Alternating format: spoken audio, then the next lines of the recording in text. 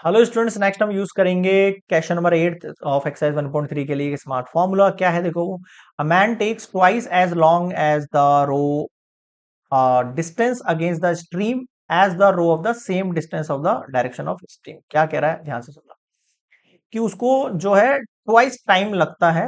किसके लिए? किसके लिए? Time taken for up stream. अगर मैं अप स्ट्रीम यूज करता हूं तो उससे मुझे ट्वाइस टाइम लगता है। Time taken for down stream. इधर देखो, वापस पढ़ो question. A man takes twice as long as row a distance against the stream, ठीक है, as the row of the same distance in the direction of stream. मतलब जो against वाली condition है, अप स्ट्रीम का मतलब क्या होता है? अगेंस्ट वाली कंडीशन ही तो होता है, होती है स्ट्रीम के। उसका जो टाइम है वो डबल है डाउन स्ट्रीम के, है ना। इसको नीचे भेज दूं, ठीक है। Time taken for up stream upon time taken for down stream equals to 2/1।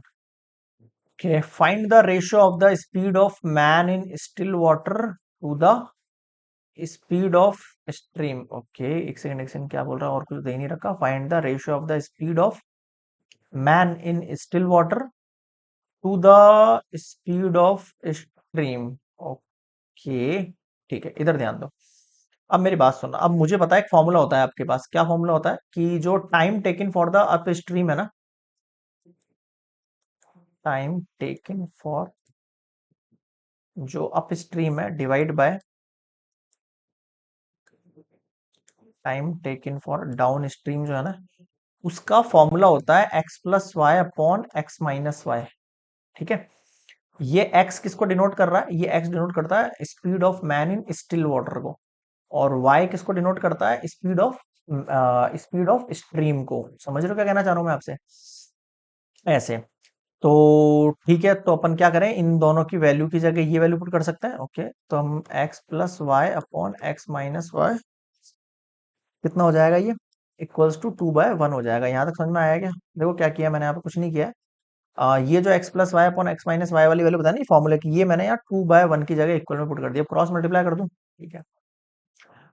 X plus y equals to 2x minus 2y। अब x की वैल्यू एक तरफ कर दो, y की वैल्यू एक तरफ कर दो। तो 2y को यहाँ लिया था, या इसको इधर लिया जैसे सूटेबल लगे यार। y प्लस 2y यहाँ लिया है मैं, और 2x माइनस एक्स यहाँ लिया है। ये हो गया 3y, ये हो गया 1x। अब थोड़ा सा ध्यान देना, इसमें बोला क्या है? Find the ratio of speed of man in still water. तो speed of man in still water क्या है? x है, और स्पीड ऑफ स्ट्रीम क्या है? y। वैसे मुझे यहाँ पर ये शो करना चाहिए था लेट करके, है ना, मैंने लिखा नहीं, आप लिख लेना यार। Let speed of man in still water को हम x किलोमीटर पर आर मान रहे हैं, और जो स्ट्रीम है ना आपके पास, उसको हम y किलोमीटर पर आर मान रहे हैं। ऐसे लिख लेना आप। 3/1 equals to x upon y हो जाएगा। समझ रहे हो क्या कहना चाह रहा हूं मैं आपसे? तो find the required ratio of the speed of the man. तो आपका जो रिक्वायर्ड रेशियो हुआ ना, देखना आप, वो कितना हो गया? 3/1 हो गया। ठीक है। This is complete question number 8।